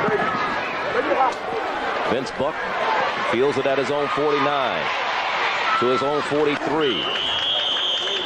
Vince Buck, 6-yard return after a 39-yard punt by Vaughn Wilson. So now Florida A&M giving up good field position as most of the first half of the game was played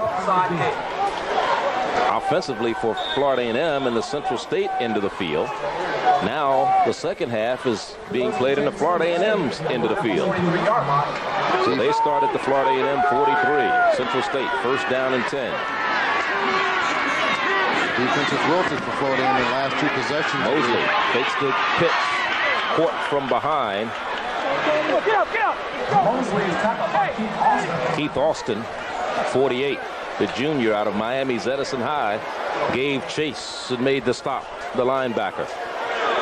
Bray, number 42, is getting up. Well, he's tried to get up. No, it's 32. That's Jackson. Or is it Harris? Antoine Harris, I believe it is. The tailback who's shaken up for Central State. And while they're attending to him, it's 8 minutes remaining in the third quarter. We'll take a timeout. 17-14 the score. 3-point advantage. Marauders of Central State University.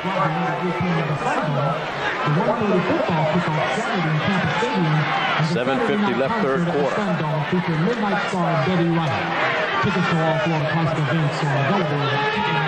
Mosley keeps it. Has running room. 30, 25, and out of bounds at the 22-yard line. Matt Fair coming up to make the stop defensively for Florida A&M rather. Again, they've got to find a way to negate this option, especially with the direction and the ability to run and scramble for valuable yardage by Mosley. No force. There's the force. No field, no containment. Linebackers, defensive backs slowly getting up. Fine job by the Marauder quarterback Mosley, where he have it first and 10 at the 23-yard line of the Rattlers. There's Mosley again. This time he pitches back to Jesse Bray. Bray is hit on the far sideline by Ken Johnson. And we're going to get another flag against Florida A&M. Maybe a late hit. Frustration's about to set in for the Rattlers now. Get a chance to see it following the end of the play. Toss this time by Mosley to the fullback Bray. There's the initial hit. Yep. Well, it was in the face. Darrell Davis came down after Ken Johnson had made the initial hit. And this is going to be tacked on. Dead ball, personal foul, defense. That's a first down. Sam Jones, our referee, lets us know. A couple of scores, finals in the MEAC. Delaware State defeats Howard University 28-21. So a must-win for the Rattlers next week against Bethune-Cookman if they're going to at least maintain a share of the lead for the MEAC title. They were hoping for a Howard win this week and not Delaware State off. And we'll give you the other final in a moment. On the option, Mosley stood up by Brian Brewer and Keith Austin. South Carolina State closes out their regular season, losing to Georgia Southern. The final 53-0. Again, that option has to be played like that each time it's operated or ran. Good you didn't force, even want to talk about that, did you? No, I didn't. That was a big score, though. 53-0. In fact, Florida A&M played Georgia Southern also. Their only loss this year on the field, 42-14 was the final in that one. That was a convincing one. Here it is, straight ahead. Jesse Bray to the 5-yard line. Where it is 3rd down. It's 3rd and goal at the 5. 9 make that 5:55 left 3rd quarter. Charlie Neal and Lynn Barney here. That's easy for you to say. I tell you, the defense must show some resilience here if they don't want the offense to go ahead and at least score 3 touchdowns in their last 3 possessions. 3rd and goal they're facing. Robert Jackson split part of the left side. He has a touchdown already. The quarterback keeps it. Touchdown, Central State. The 2nd rushing touchdown of the day for Henderson Mosley. Give him 11 for the year. This one coming from 5 yards out. So he has been involved in 3 touchdowns. An 11-yard pass, a 3-yard run, and a 5-yard run. So Central State has scored every time they've had the ball this half, and the last time they had the ball the last half. And he is the leading rusher in the game with 97 yards on 18 carries as Collage is on for the point after. The kick is up, and it is good. And now it's a 21-17 lead in favor of the Marauders of Central State. This is how it looks to you on the right side defensively. Good blocking here at the point of attack. No force, no feel. Mosley, an elusive runner, gets it into the end zone to push the score to 20-17. PAT good. The Marauders now lead 21-17 over the Rattlers of Florida A&M. With 5:30 left in the 3rd quarter. Of course, we present our Toyota Leadership Award winners at this time each week. And for Central State, it's Brian Hurd, a senior majoring in industrial technology. He's an offensive lineman with a 2.61 grade point average, member of Central State's Industrial Arts Club, the Dormitory Council, youth activities at the People's Community Church, and coaches in the youth basketball program in Dayton, Ohio.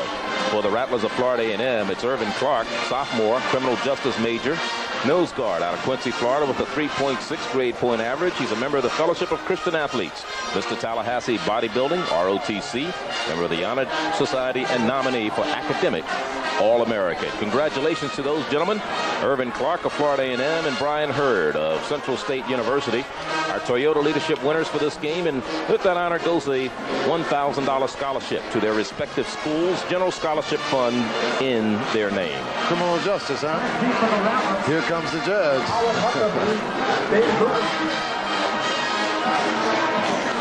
5 minutes and 30 seconds remaining 3rd quarter. 21 unanswered points by the Marauders of Central State. They ended the first half as you look at Howard Huckabee. Stats on kickoff returns. This one will go out of bounds. No, it didn't. It went into the end zone, so it'll be brought out to the 20. He was hoping it would go out of bounds so they would kick it over. But it went into the end zone, so it'll be brought out to the 20. It'll be a touchback. It'll be 1st down and 10. Florida A&M at their own 20-yard line. And there's a player down for Central State. Sherwin Beatty. Scoring play. 6 plays, 43 yards, 255. They're getting it into the end zone quickly now, aren't they? Minute and 1, I believe, was the last one prior to that. And they're still attending to Mr. Beatty down at about the 23-yard line. Again, we talk about the Florida A&M going against this tough defense. A couple of their breaks were made by Central State mistakes. In fact, coming into the game, the top 2 scorers in the country, I shouldn't say in the country, but in the conference, were from Florida A&M. And that was Vertuno with 61 points and Derek Gaynor with 10 touchdowns, 60 points. And we'll be back. Florida A&M with the ball 1st down and 10 at their own 20-yard line, trailing 21-17. They led 17-0 in the game. Central State has come back to score 21 unanswered points. Derek Gaynor with the pitch, trying to go wide left, still on his feet. 25-yard line and ridden down at about the 26-yard line. On the far sideline. By Buck. Vincent Buck. Along with Fitzpatrick on the stop. Gainer going off. Gain of about 6. It'll be second down and 4.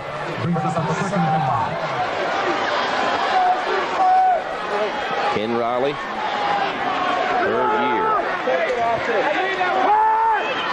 Play action. Here's Ezell trying to get away from Boykin. He can't. He tripped himself right at the 20-yard line. Richard Boykin, relentless pursuit. He just wouldn't give up. Number 99. Out of Chicago's Vocational High. This is the young man we talked about, Vice President of the Student Government Association.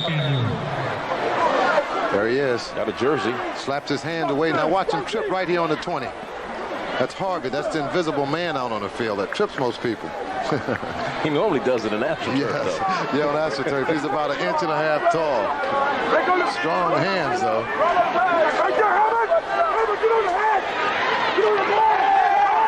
Ezell. That's a fumble.